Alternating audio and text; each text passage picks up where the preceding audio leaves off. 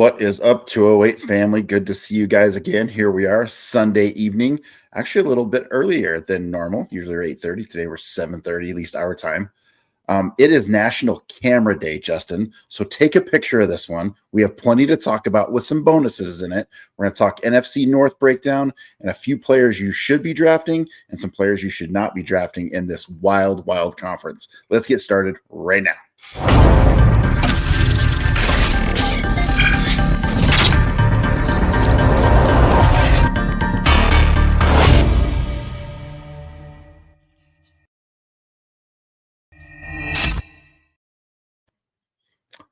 How are you, my friend? How is it going in your neck of the woods? Good. We had wrestling camp this week in Caldwell, so the whole University of Missouri team comes down. We were there for about 5 days, probably 6 to 8 hours of wrestling. So it was really good. Had a really good time. One of my kids got, if anybody's familiar with wrestling, Keegan O'Toole. He's a 2-time national champ, 5-time All-American.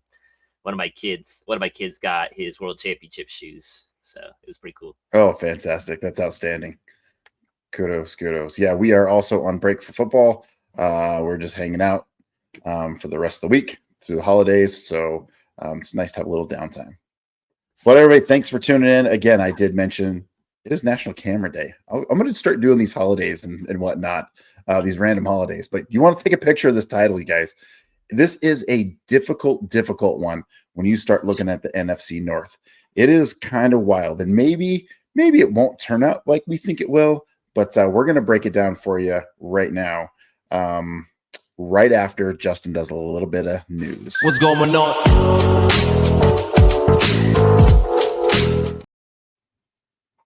So there wasn't a lot of news. Like, this is very much that dead period time between like training camp when it really opens up and we start to see players report to camp. But the only big thing was Justin Tucker got handed out his 10-game suspension. So again, he's probably not rosterable. I don't think most leagues should have a kicker, but that's just my opinion. So yeah, it's kickers are on fantasy football teams are kind of like the old school non-PPR. They're just fading away, right? Yep. Fading away. So for sure. Anyway. Oh, good call out there. I'm glad you brought that up. We got to get a little background music. Let me get that going. I don't know why I always forget that, but let's do a little bit of rock today. There we go. We'll get a little background going. I knew it seemed awful quiet. All right. Let's get right into it. So the NFC North, and you guys know I'm a Bears fan, so we're going to talk about it. I'm going to save that for last. But before we do, make sure you subscribe, hit the like button, file on in. Helps out the channel, and we just love talking ball. We love talking football, all different levels, fantasy for sure. We want you guys to win your league and just dominate, right? There's nothing like having bragging rights over your fantasy football leagues, whether it's dynasty, redraft, whatever it is. It's so much fun. So let's jump into it right now. Justin, and you have starting off with the Vikings here, and they went from 14-3 last year. They were a number 5 seed. They lost to the Rams. And you have them dipping actually quite a bit in 2025 to 8-9. Give us your thoughts behind that. This division's hard, me and Matt. We're talking pre-show. Like this division's super similar to the AFC West, but I do think it is probably a little bit stronger. All these teams I think are going to be really tough. I think this division it kind of feels like the old school AFC North where they're just going to beat the crap out of each other. Like I just don't know if any team's going to go 6-0 in division. I don't think anybody's going to sweep everybody. I think it's going to be a lot of back and forth stuff. The JJ McCarthy stuff, it'll be interesting if he can bring that quarterback play to the level Sam Darnold did play for the majority of the season. We saw kind of that downward spiral at the very end, but I mean they won 14 games. I think that was a pretty big surprise for a lot of people. Again, I just think this team's going to beat each other up. I realistically could see any team winning this division, but this is how I saw it. So, yeah, not too many predicted Mr. Sam Darnold to lead the Vikings, but he's now gone. We have JJ. Here are our rankings. Again, this comes from our friends over at Fantasy Pros. Again, I did these earlier this morning, so they shouldn't have changed very much when I did the other ones. The last show, they're a little bit off, but position rank is in green, ADP is in red, and then the current draft position of where you can get him. Let's start off with JJ McCarthy. I think he is ranked. His position rank's 20. His ADP is 125, and you can get him in the 11th round. Now, some will say if Sam Darnold can do it, why not JJ McCarthy? Your thoughts on that, Justin? Yeah, I totally get it. Kevin O'Connell is that guy. He's probably one of the 5 best coaches in the NFL. But JJ McCarthy, again, for all intents and purposes, is a rookie this year. He did not play a snap coming off an injury. Again, the injury was in the preseason, so I'm not super worried about it. Again, he has enough weapons around him. This Vikings whole line was really revamped, but I'll talk about that when we get to the run game a little bit. But I think JJ McCarthy in Dynasty things, if you can buy him for cheap, I think you should go out and buy him cheap. Yeah, I agree. I don't know if you'll be getting him for super cheap, but in Superflex, you probably have him as a third quarterback. But if for purposes of redraft, I don't know if people are taking him. I don't know. I mean, he's probably not on my radar to take. It's hard to say, man, Justin Jefferson's quarterback proof, and if he's quarterback proof, McCarthy's going to get his. There's other quarterbacks I like much better, but it would not surprise me if JJ McCarthy did really well this year in that offense. We'll see. I do like him. I think he's a talented kid, straight out of Michigan, and I liked his interaction with his players for sure. So his teammates, we'll see how they bring him on. So for me, I'm probably passing. Justin, you pass. I'd probably pass it too. He has a little bit of rushing upside. At Michigan, he had 70 attempts his sophomore year, 64 attempts. But with rushing and college football, they count sack yards as rushing. So, like, the numbers are kind of construed a little bit. But he does run the ball a little bit. So I think that gives him a higher floor. But I would like to see it first. I was really hesitant on Jay Daniels last year just because I want to see it first before I start taking rookie quarterbacks. It's something that I kind of avoid. Again, I get it. JJ will be in his second year. He hasn't played a snap though. So, yep, fair. Moving on to running backs for the Vikings, we have Aaron Jones and Jordan Mason, a newly acquired Mason. Aaron Jones is position ranked 27, 77 is an ADP. You can get him in the 7th round, whereas Jordan Mason's 34 ranked and 106 in ADP, and you get him in the 9th round. Justin, do you want either one of these running backs this year? All right. So this is my breakout, my hot take, I guess, kind of combined together. I think Jordan Mason is a must-draft guy. He is a must-draft for insurance purposes.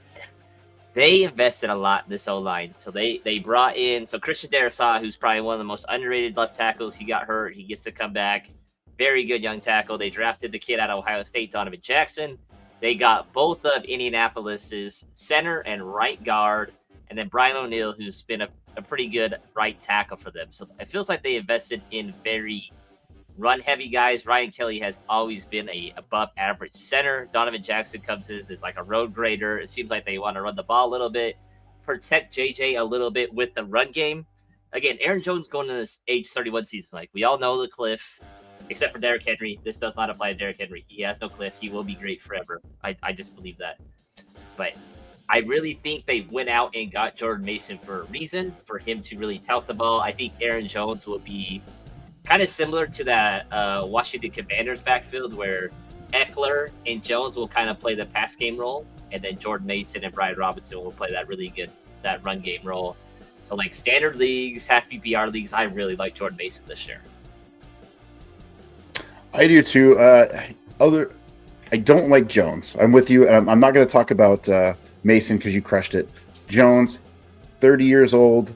He's right there. I'm not at the 7th round. I would much rather have Mason. I really think he'll take over that backfield. I think there's lots of discussion around it too. If you want to, if you really like both, I think you have to handcuff them. You got to take one or the other, right? So I'm no thanks for Jones, and I'll take Mason in that range. I wanted to pull up just real quick Jones's stats from last year: 255 carries, 1,000 yards, 5 TDs. He's 30 years old. I don't think he's going to get another 255 carries. If anything, they'll get Mason involved for sure. And I'm not so sure Ty Chandler's all the way out, but I do like Mason much, much more. So, moving on to wide receiver, Justin Jefferson. That's an easy one. The question I have for you, Justin, right? Jefferson's been quarterback proof for quite a while. His ADP is 3, current position is 2. You have to draft him in the first. My question for you is: would you rather have CeeDee Lamb or Justin Jefferson at the number 3 pick? It's probably still Justin Jefferson for me. Like, he's just so good at what he does. He's definitely one of the better receivers that I've seen. Again, I'd probably take Bijan over him. I might take Jetty over him at this rate. Like, I really like the running backs a lot. Like that, Jetty's my hot take this year. I think he should go top 5. But fair enough. I think Chase is the one. I think that 2 to 6 spot could go pretty much anywhere. Yeah, I'm with you. Although I have no problems taking Lamb. I almost like Lamb a little bit better with the setup that they have in Dallas. I think Lamb could actually finish number 1 wide receiver this year. So I'm probably leaning a little bit more Lamb over Jefferson, but I can certainly take it if you want to go for Jefferson. Addison, give us your hot take on Addison. Naylor is kind of out of the mix for this draft, but thoughts on Addison? Yeah, this receiving core is definitely a 3-headed monster with Hawkinson adding to that. I don't think the wide receiver 3 is going to do much. But one thing to keep in mind, and I'm kind of out on Addison this year completely, he will get suspended. They said it's probably going to be anywhere from 3 to 6 games, probably 3 games. So you're going to be out on him the first 3 weeks, no matter what. He did miss a few games last year. He missed 2. Not like an overwhelming season. He had about, let's see, what was his? Yeah, 99 targets, 63 receptions, 875 yards, and 9 touchdowns. He's very much a touchdown merchant, which is kind of confusing because he is a smaller guy at 5'11", 175. Again, I'm kind of out. I don't see like a boomer bust for me. But yeah, I'm super out on Addison this year. I agree. Yeah, Bob, thanks for joining. So you have a comment here. Let me show Bob. It says thanks for the live. You bet, Bob. Good to see you. Glad you're on board with us. Ask questions along the way as we go, or leave a comment. We'll get you dialed in. Love having you guys join. I'm with you on Addison. I'm probably out. I'm not going to take him in the 6th round. Much other players I'd rather have. TJ Hawkinson. Matt, can you tell me who's around Addison at that weight, at that spot? I sure can. Let me get there real fast. So like Sam Laporte is there, Roma Dunze's there, Patrick Mahomes is there, Calvin Ridley, Travis Hunter, right? There's Deebo Samuel.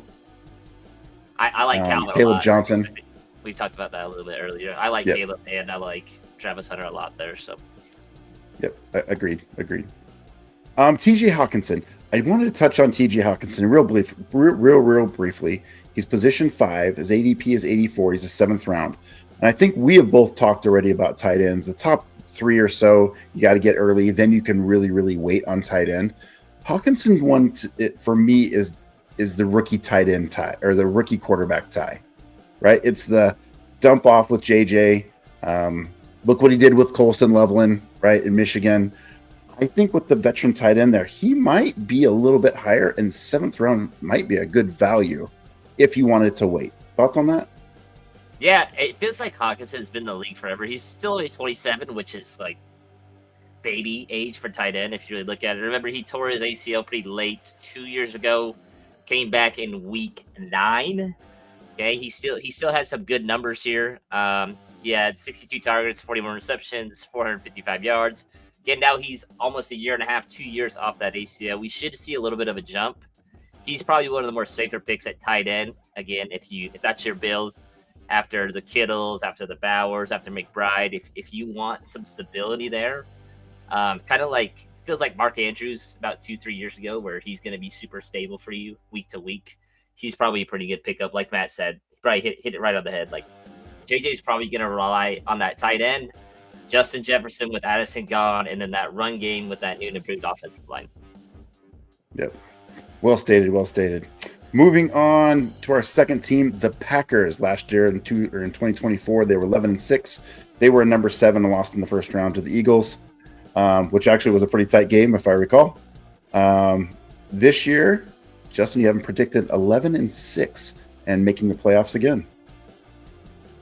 Yeah, man, I just don't see they don't have a weakness. Like, I love their defense. Like, I think Quay Walker's gonna bust on the scene. Xavier McKinney was a revelation for them last year.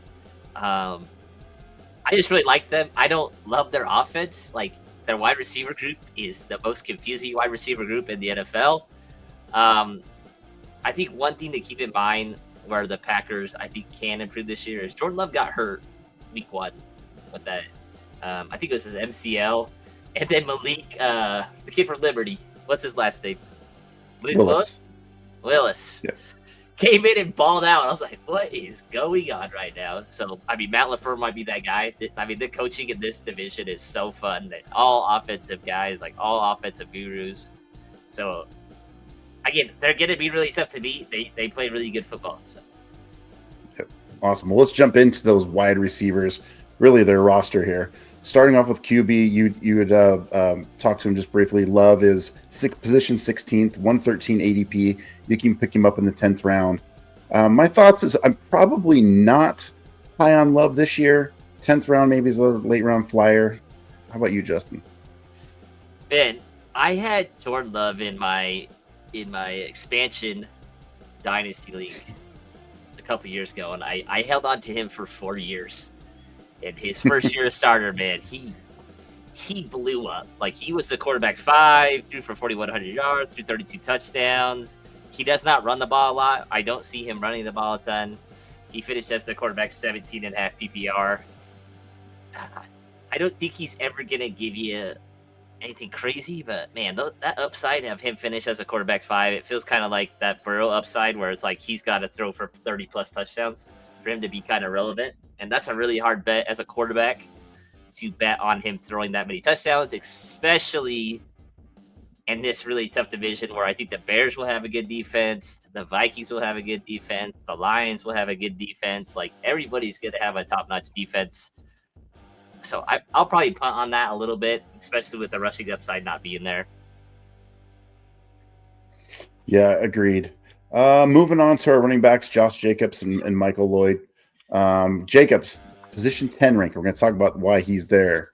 His ADP is 22, and you have to spend a second round on him, a late second.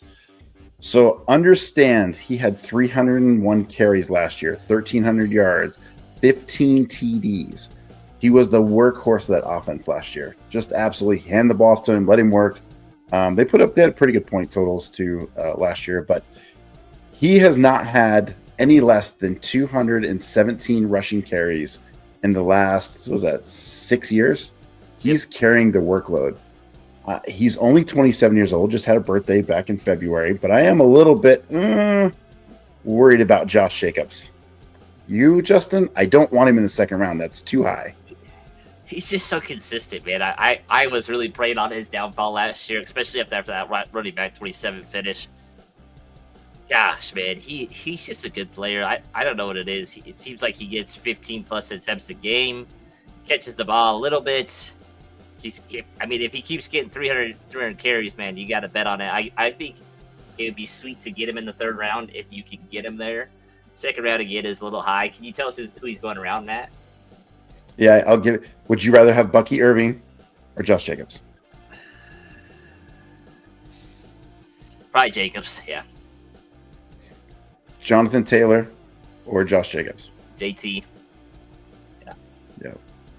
Yeah, I mean, and you have T. Higgins, Garrett Wilson behind that, depending on your construct. I'm taking Bucky over Jacobs all day. I want Bucky. I really like. Yeah, I want Bucky over him. Depending on if I got.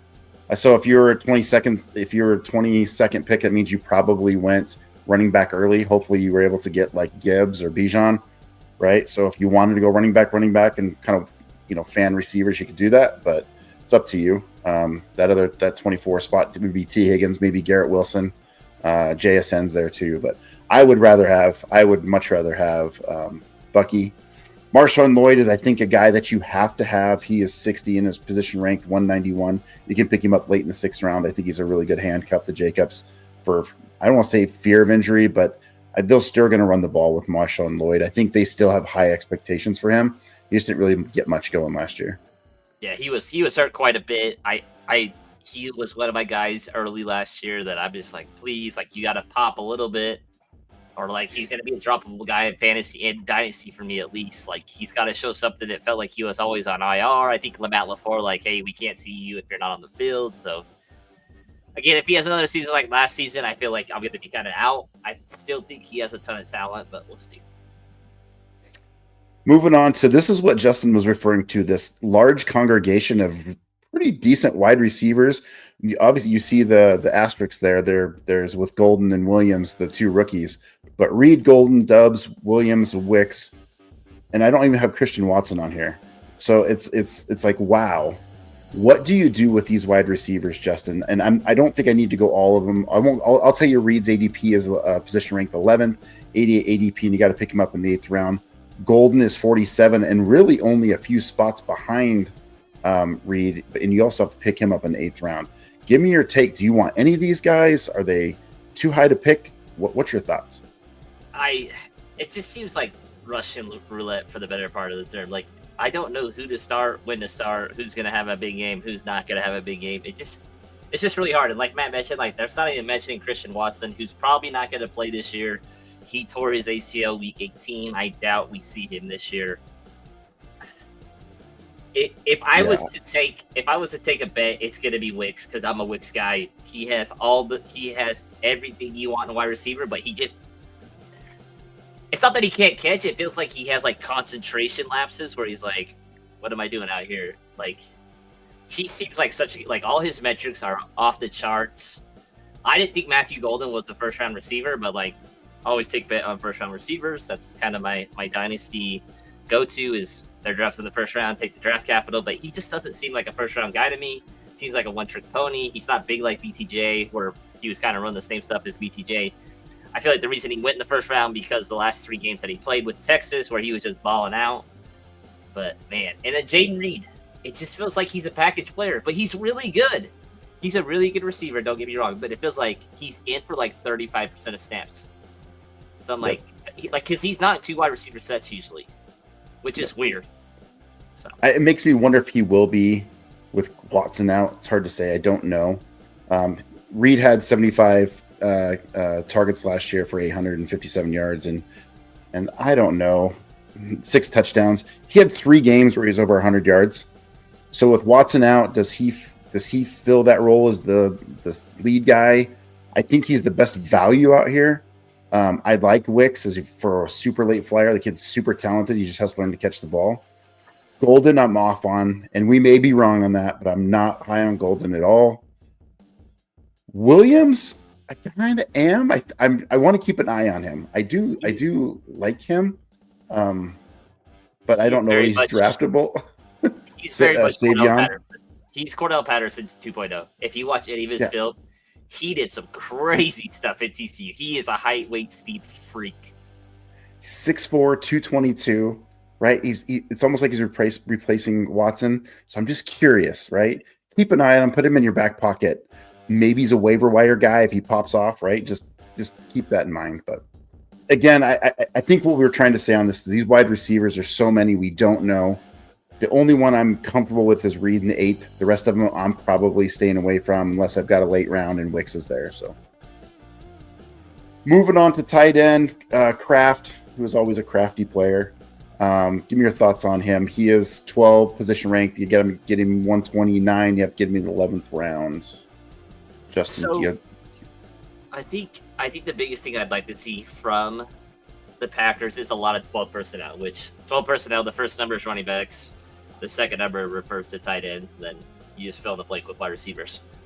So it would be 1 running back, which would probably be Josh Jacobs, 2 tight ends, and Kraft and Musgraves, and then hopefully some combination of Reed plus probably Dobbs and Wicks is my guess. I think these tight ends, both of them, are really good. Kraft finished really well last year.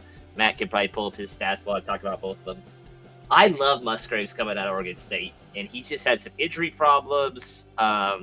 Someone made the really great analogy that I was listening to a podcast. It felt like the Ravens when they drafted Hayden Hurst in the first round, and they came back in the fourth round or third round and drafted Mark Andrews, and Mark Andrews ended up being that guy instead. So this is the same situation. They drafted Musgraves in the second, and they crafted like the fourth or the fifth round. They're both really well. Like Tucker Kraft, super young, had a really good breakout last year.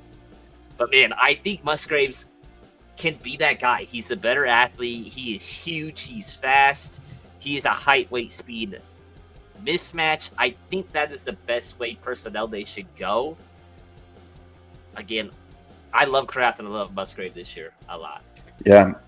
Musgrave's going undrafted. He's way down there, so most people are kind of off on him. Kraft last year had 50 receptions on 70 targets, 700 yards, and 7 touchdowns. So he's definitely going to lead that tight end crew coming into this year. But yeah, definitely. Again, Justin, let me ask you, because they're really neck and neck, Kraft or Kincaid? Oh my gosh, Matt, you're tying at me. It's Kincaid. I don't know. I agree. Oh, that's a tough one. Yeah, I get it. I also like Kincaid there. But all right, moving on to our next team here, the Lions. 15-2 last year, surprised a lot of people. Defense got devastated, as we know. Number 1 seed, ended up losing the Commanders right out of the gate, which was shocking and not shocking, I think, at the same time. You have them predicted 10-7, so they lose their offensive coordinator. They come back down to earth a little bit. Is that your thoughts? Yeah, I mean, they lose both their coordinators. I think they probably lost 70% of their staff. They lost a lot of guys with Aaron Glenn leaving and Ben Johnson, and them taking multiple guys from that staff. It'll be interesting to see how what's their coach's name again? I can't remember. Sorry, who? Which one? Dan Campbell. There we go. Oh, Dan Campbell. Gotcha. It'll be interesting to see how he retools this. He did a lot of promotions from within. They took the Broncos, their OC, but he was really their pass game coordinator. So it'll be interesting to see how they do things. Agreed. It will be. And I think we'll know early. To be honest, we'll see it right away. Here is our position rankings in ADP. Jared Goff. We have him at 10. Our friends at Fantasy Pros do anyway.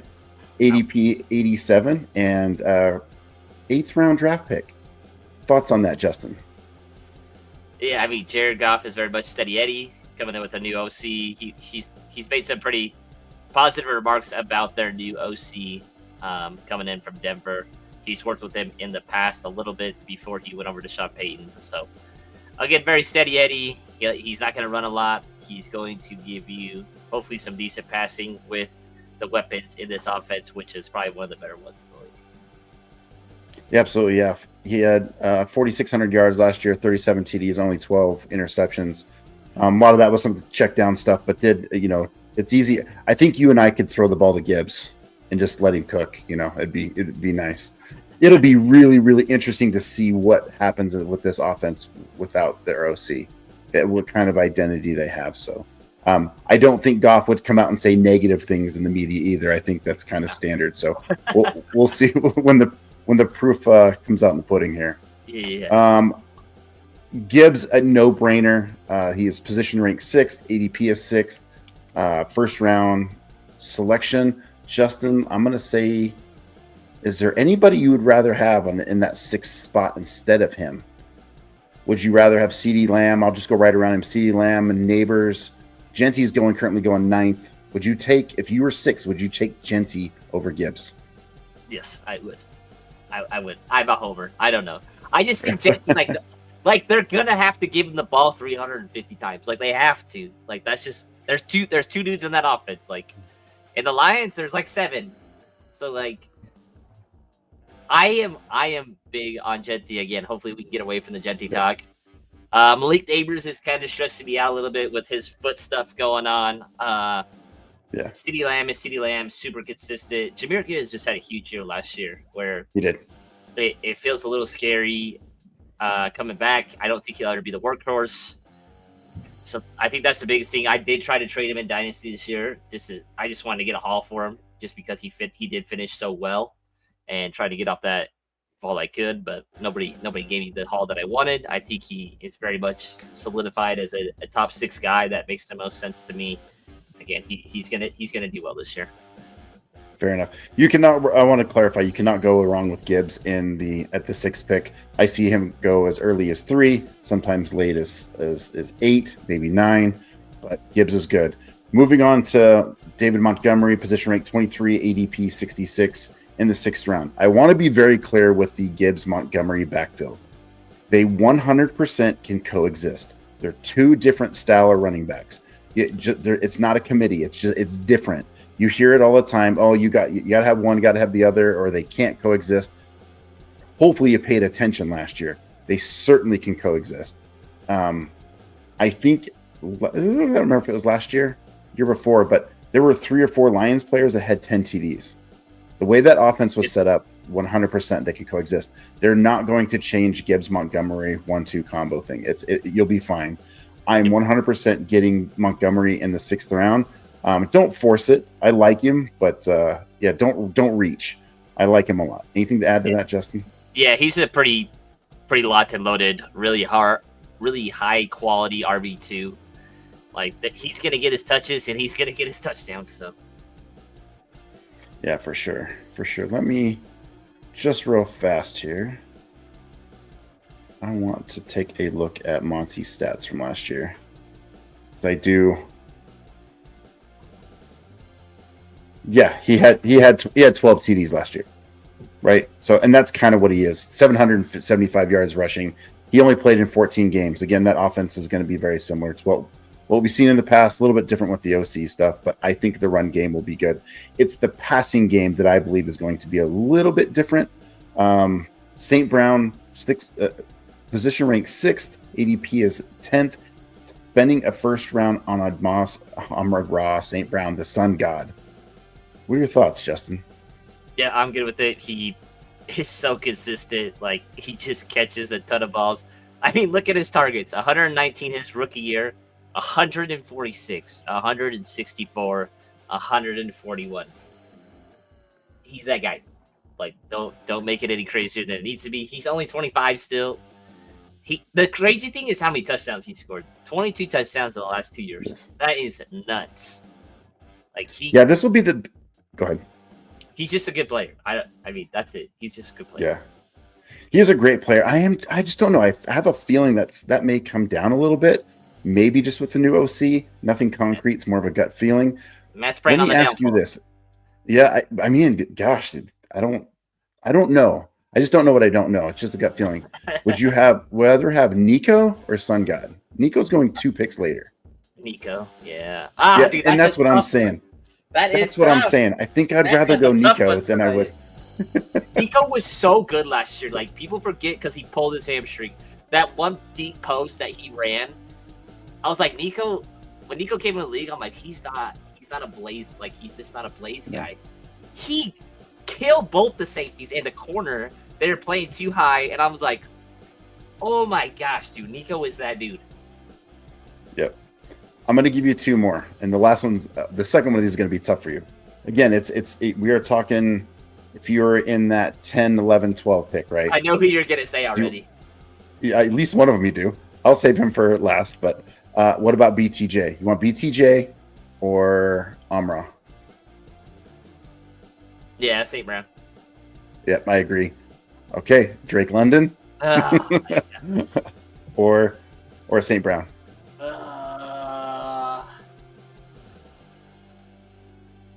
St. Brown. Yeah. Not for me.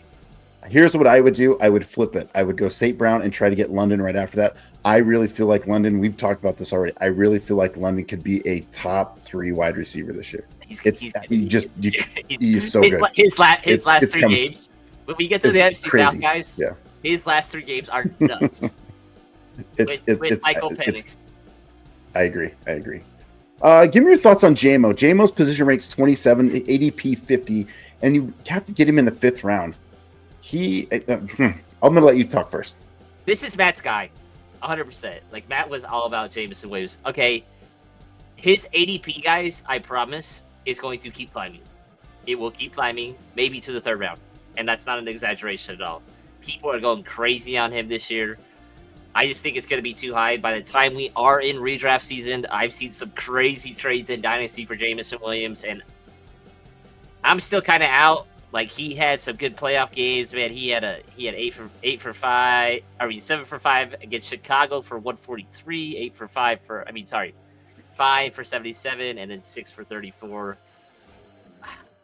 I'm still out on him. I still don't see it. I like my wide receivers to break out earlier. Yeah, he did finish wide receiver 19 last year. I agree with Justin this year. People are going he's overhyped. I still like JMO, but not for the price tag. The price tag's way, way too high. Last year weekend got him a whole lot cheaper, and I'm just not on the JMO bandwagon with new OC that we don't know about.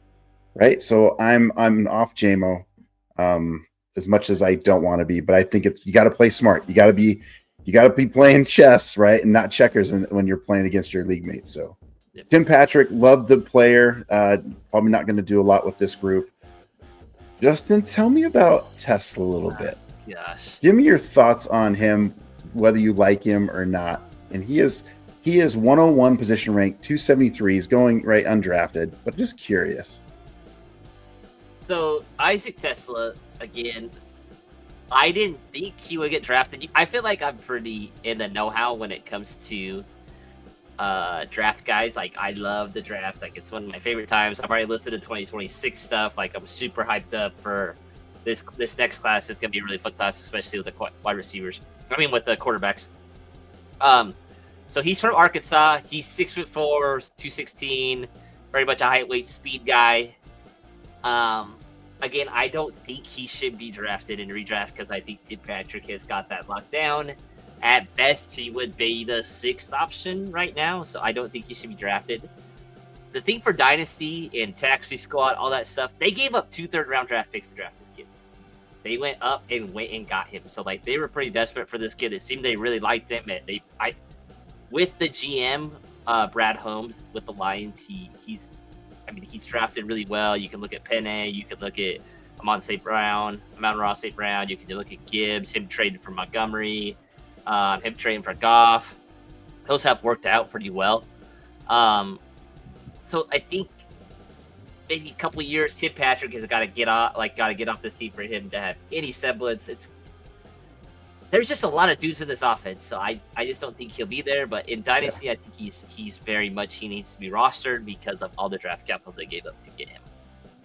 Yep, agreed. Just keep an eye on him is what we're saying. I don't think he's draftable either.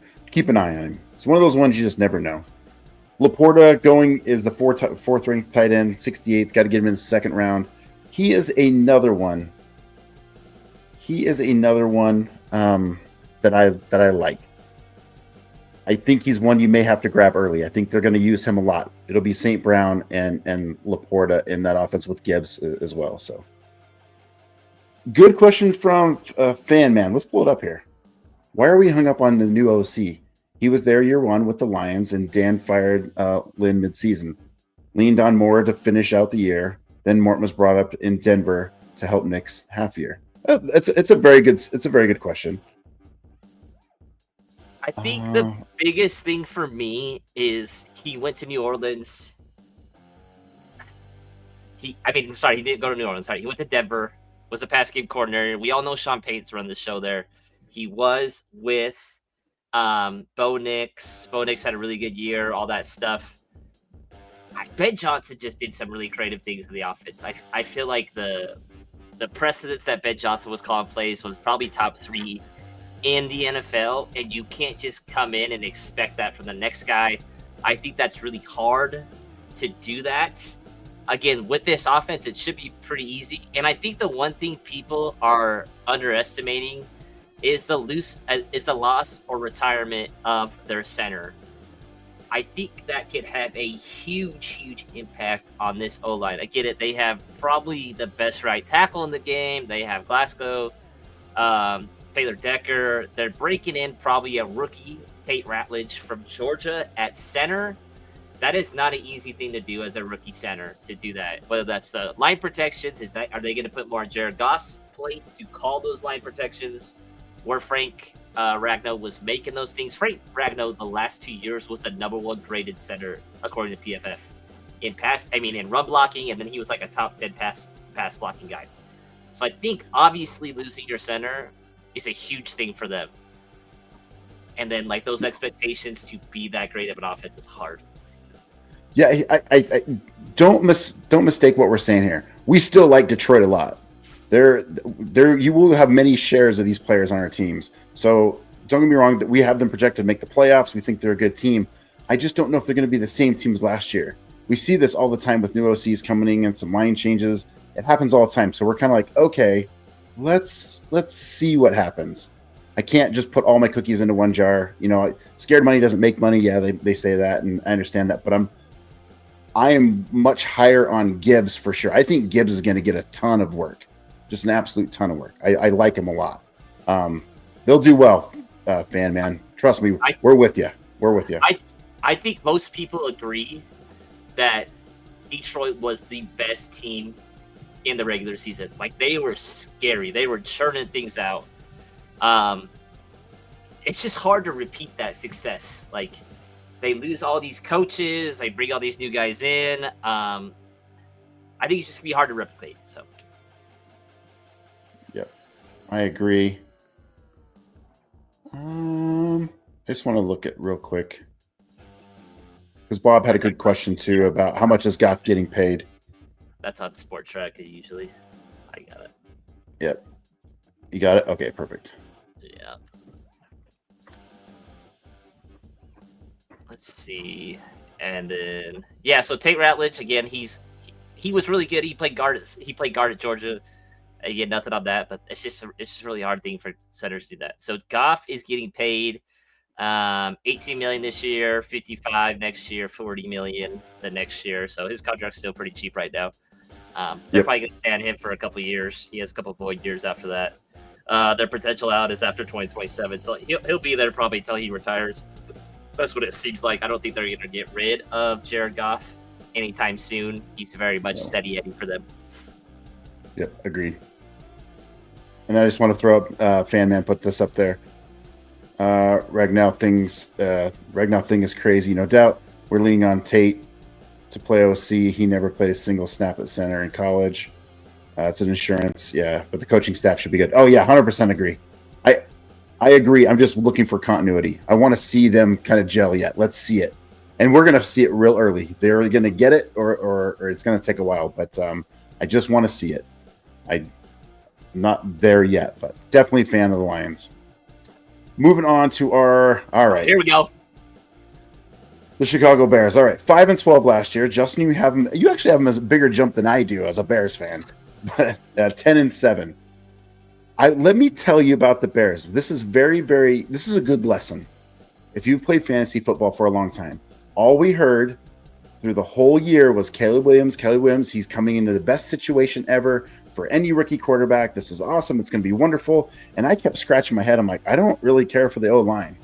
And I need to see it. I mean, I guess I'm a Caleb Williams fan. I think I would have rather had kept Fields and do some bargaining around the other way, maybe make some trades, get more picks.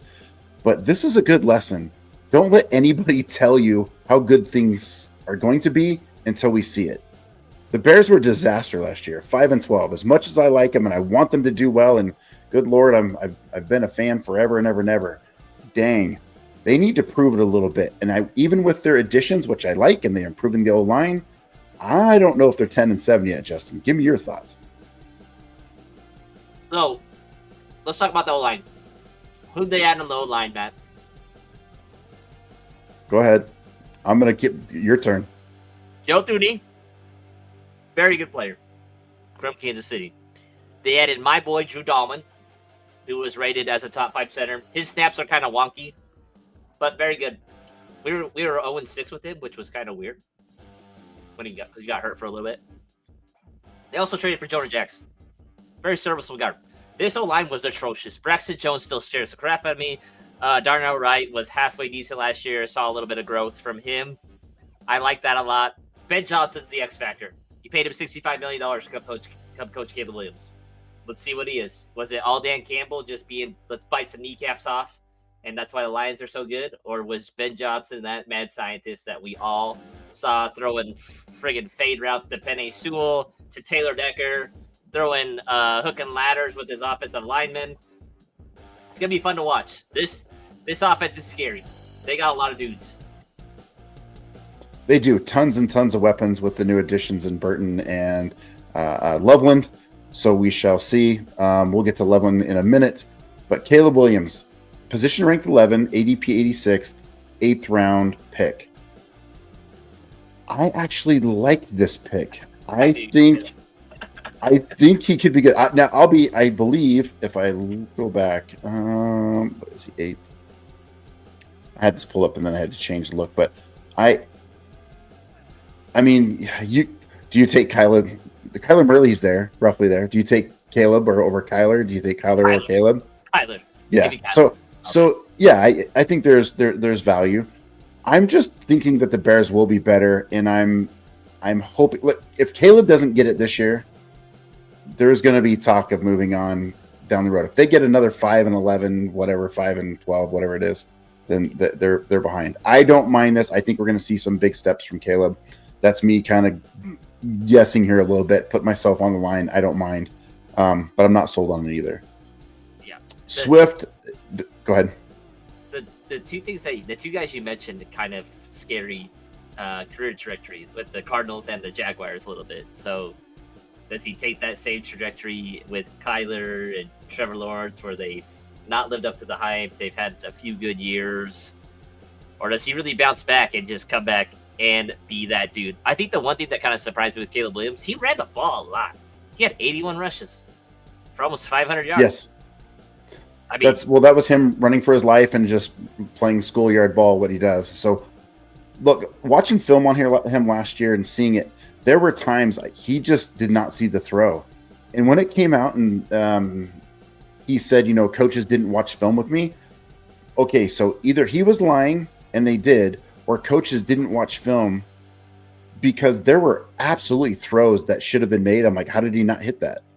Like, I could see that, right? I'm like, no, that was the play. That was the design. He should have been able to navigate that, and he didn't. So I would imagine they are working with him now, and Ben Johnson is saying, hey, these are the throws. This is what you're looking for, making the offense a little simpler for him. As talented he is. So we'll see. I think that was one of the biggest knocks that have been coming out of college, is he likes to play out of structure. And what that means is, like, I want to get out of the pocket, make some moves, it's just scramble drill 90% of the time. That's not how NFL football is. It's, hey, this is a 3-step drop, or this is a 5-step drop, boom, boom, boom, boom, throw the ball to this person. And he doesn't play within structure a lot. So I think that was the biggest knock. I think that's probably what they're going to focus on, is playing within structure. Hey, this is where the ball needs to go. This is your read. You need to get the ball out. It's okay to check it down. All those things.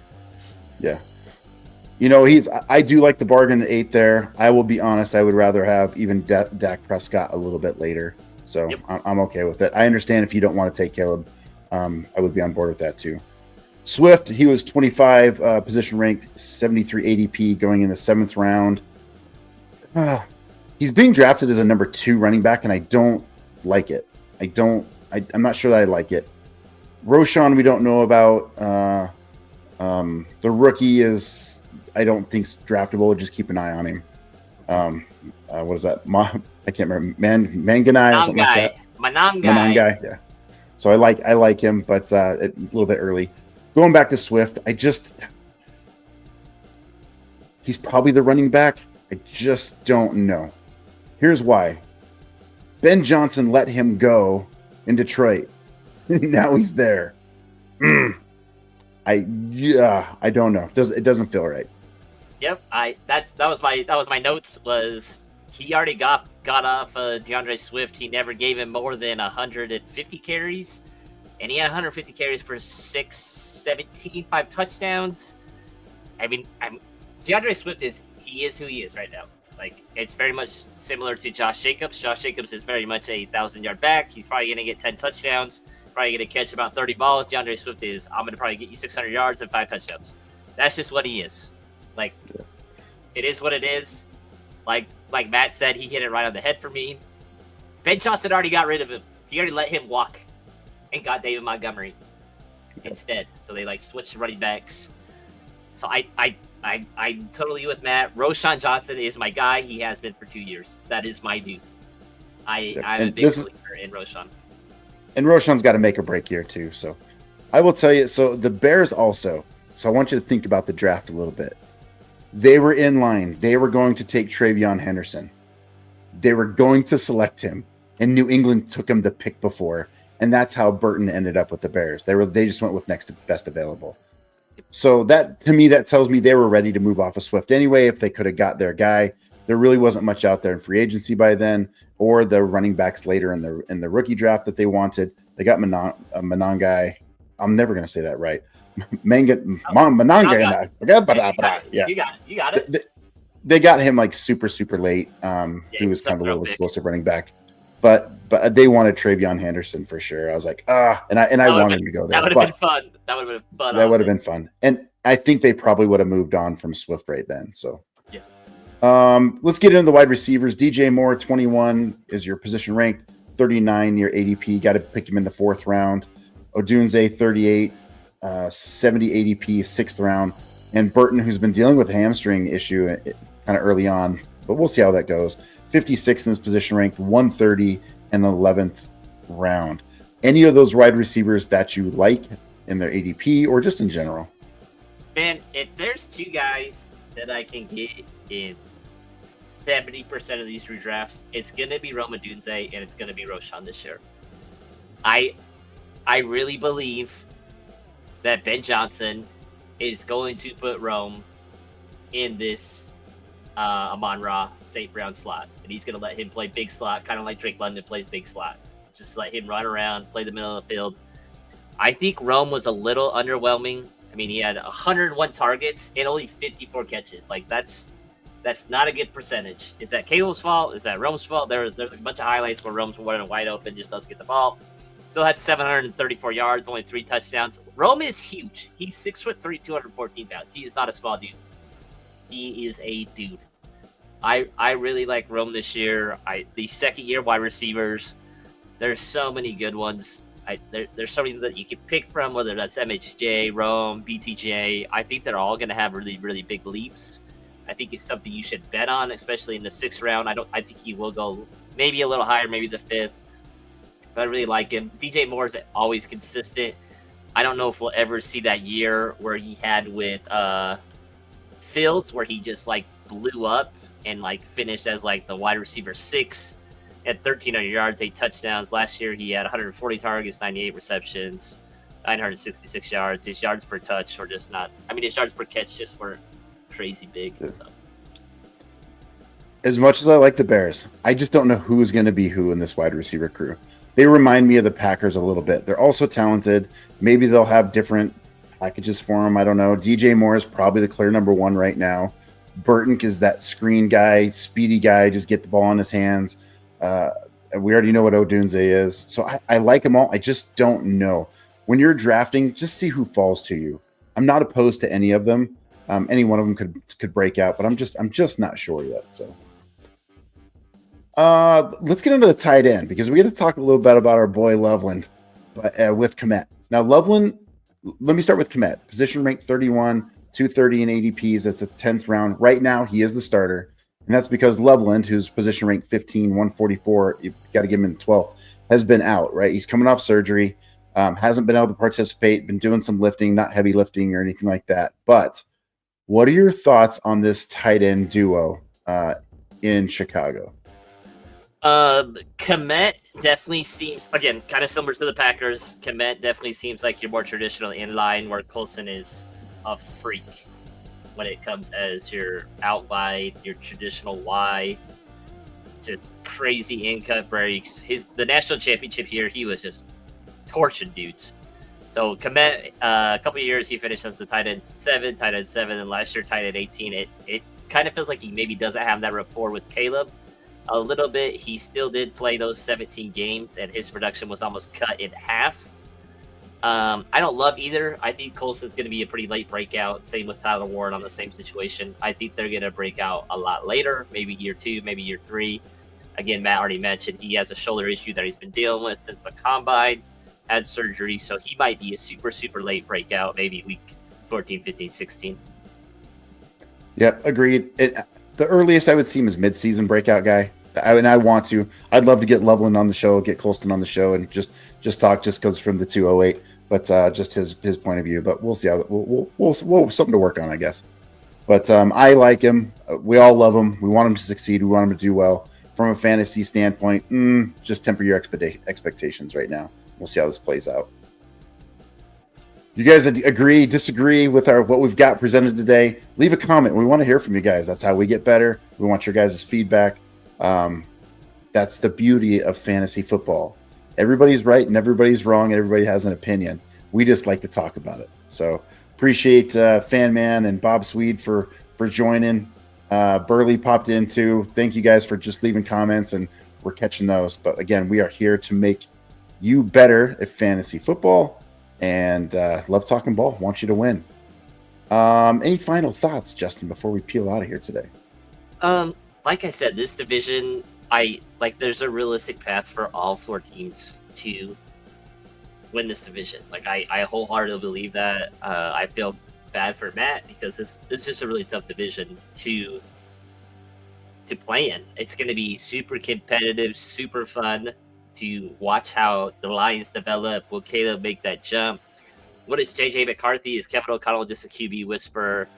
And the Packers, is Jordan Love going to get back to that quarterback 5, that top 5 ranking that he was a couple years ago? Yeah, it'll just be interesting to see how this division turns out. It'll be a lot of high-profile games that I think a lot of people watch. Yep, love it. Thanks for tuning in tonight, guys. We will see you next week, and we have the NFC East. That'll be a fun one. All right, guys. It's been awesome. From this time until next time, we'll see you next time. Later.